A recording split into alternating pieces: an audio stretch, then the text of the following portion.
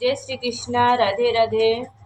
मैं अनीसा यादव आप सभी का स्वागत करती हूँ अपने चैनल अनीसा अवधी गीत में। आज मैं एक विवाह गीत लेकर के आई हूँ और आप लोग सुनिएगा और लाइक और सब्सक्राइब जरूर कीजिएगा। हाथवा में ली है बाबा पियर जनेउआ, खोजे चले दुलरू दामाद जी।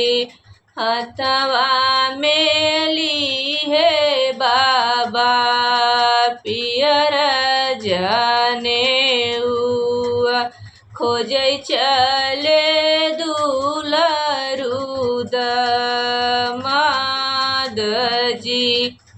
एक बन गईले दूसर बन गईले, तीसरे में दशरथ दुआर जी।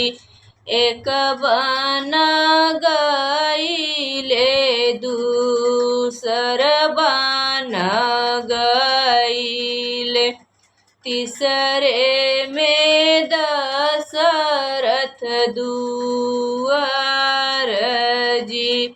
सोने के सिंहासन पे बैठे सोने के सिंहासन पे बैठे हैं बाबा।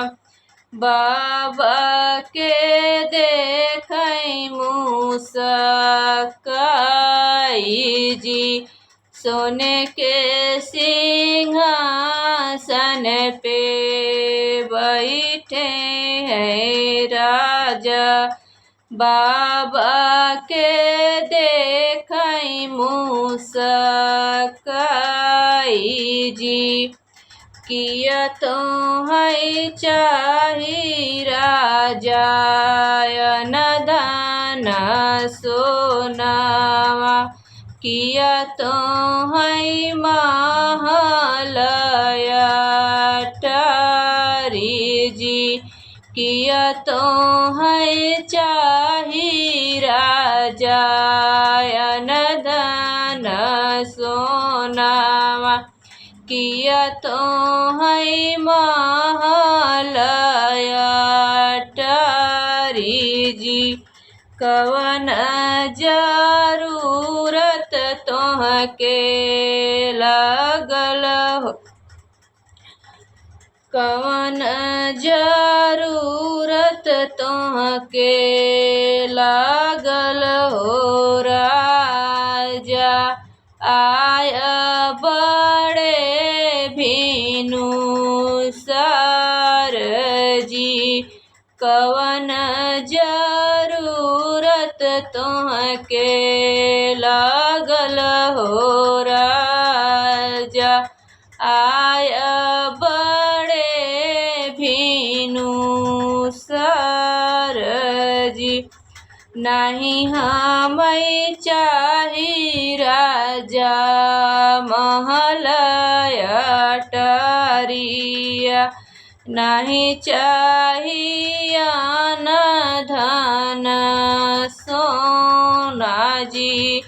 नहीं हमें चाही राजा अनधन सोना, नहीं चाही महल अटारी जी।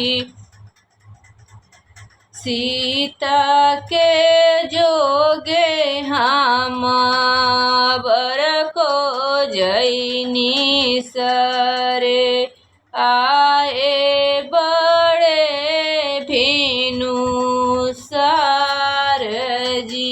सीता के जोगे हम बर को जैनी सरे, आए हम भीनु सार जी।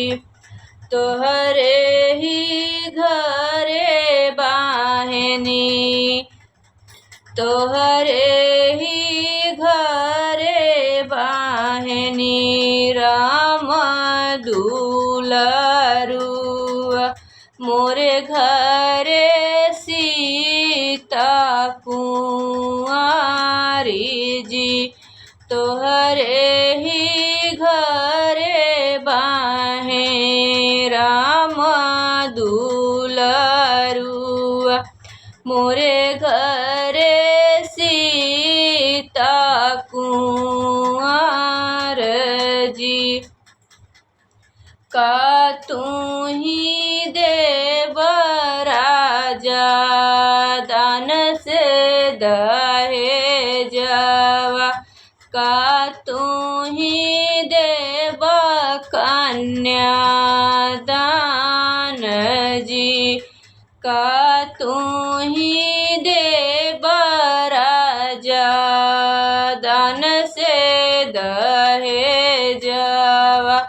का तू ही देव कन्या दान जी। हमारे ही नाही राजा दान से दहेजवा, नाही हम तोहरे ही जोगे जी।